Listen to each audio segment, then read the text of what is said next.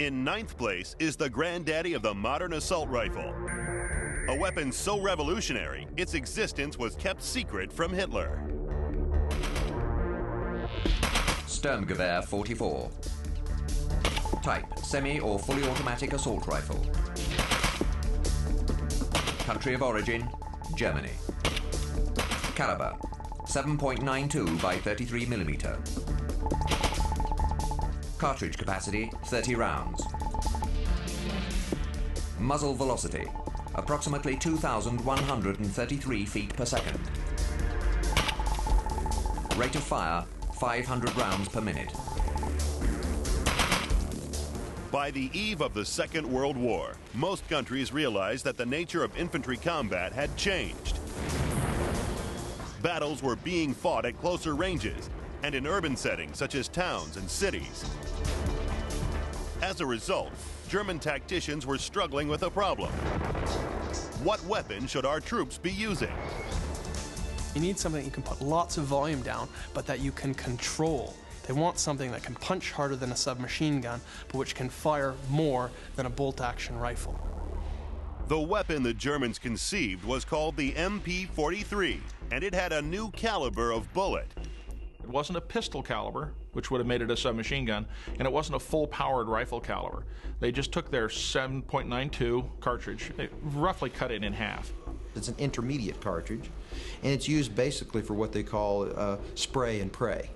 Instead of bullets having your name on it, they come out to whom it may concern. The lighter bullet created for the rifle meant that the soldiers could carry more rounds with them. It also allowed the weapon to be fired on automatic with a reasonable degree of accuracy. The thinking was sound, but before full production could proceed, the men behind the weapon would have to get the Führer's blessing. Hitler, having been in the trenches in the First World War, had his own ideas, and perhaps wrong ideas, about what the soldier needed on the modern battlefield. And he didn't think that pursuit of an intermediate round, something stronger than a submachine gun, was really needed.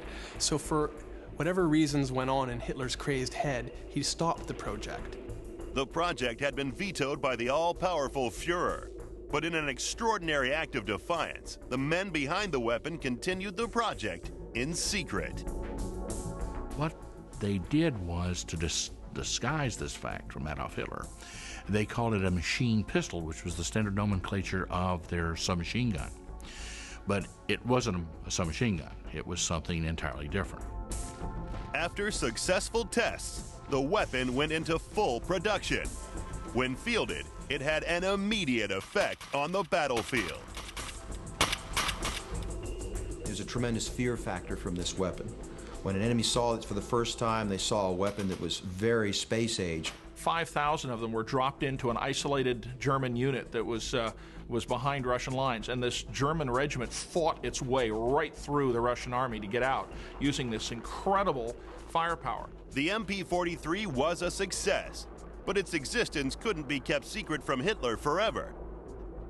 In 1943, he was inspecting troops on the Eastern Front. He asked his generals what they needed more of. The answer?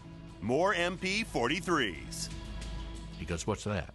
So they showed it. He went, "Didn't I tell you not to do that?" And they went, yeah, boss. Not a good thing to do with Adolf Hitler, because he had a habit of shooting people that disagreed with him. But when he's demonstrated the weapon, he realizes, finally, its utility on the modern battlefield.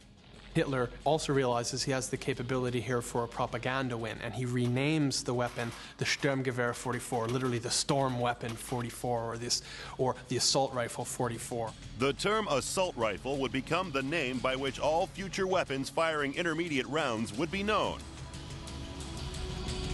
The Sturmgewehr came too late to save Germany from defeat, but its groundbreaking design did point the way to future weapon development.